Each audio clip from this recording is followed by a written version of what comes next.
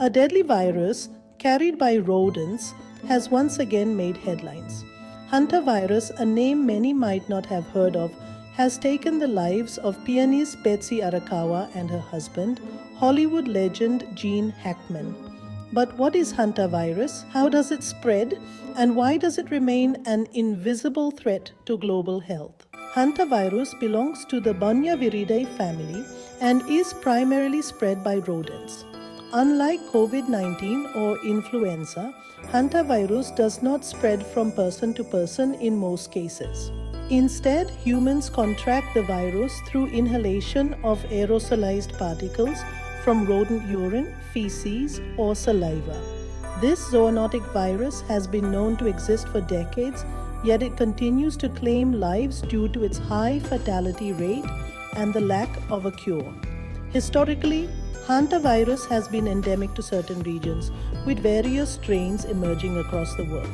Sin nombre virus in North America causes HPS. Andes virus in South America also causes HPS and has rare human-to-human transmission. Seoul virus is global and associated with pet rodents, causing HFRS. Hantavirus in Asia is known for its high mortality rate and causes HFRS. The most dangerous form of hantavirus infection is Hantavirus pulmonary syndrome, or HPS. The disease has an incubation period of 1 to 8 weeks, beginning with flu-like symptoms, fever, muscle aches, and fatigue. But within days, the virus can trigger severe respiratory distress, with the lungs filling with fluid, making breathing impossible. The mortality rate of HPS ranges between 38% and 50%, making it one of the deadliest known zoonotic diseases.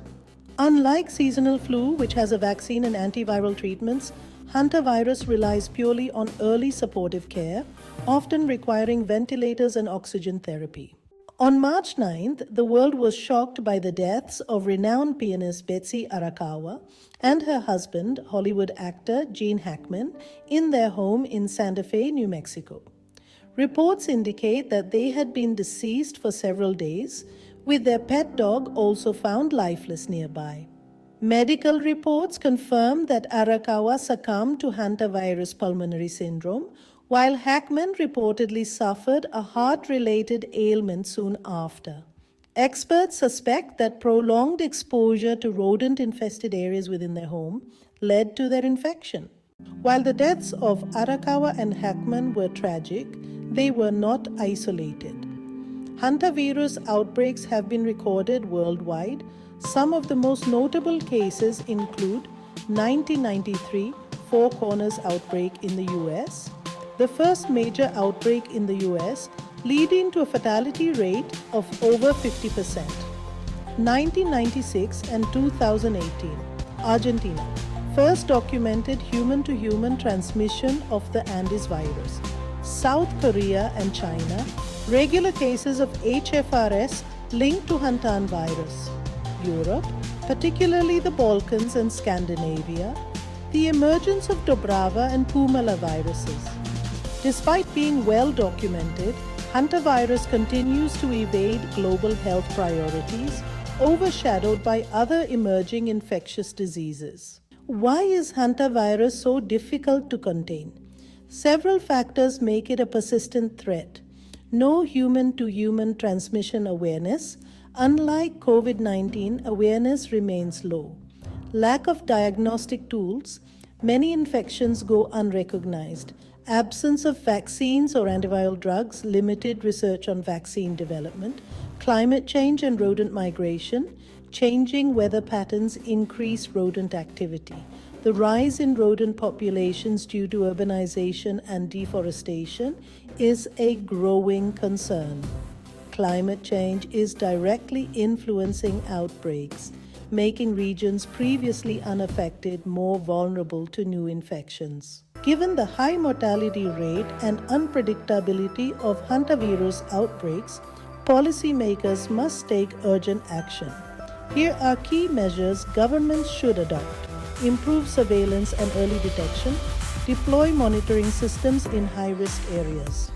Invest in public awareness campaigns, educate rural populations on rodent control, develop vaccines and antiviral drugs, encourage global research collaborations, strengthen international zoonotic disease response, improve coordination between WHO, CDC, and national agencies.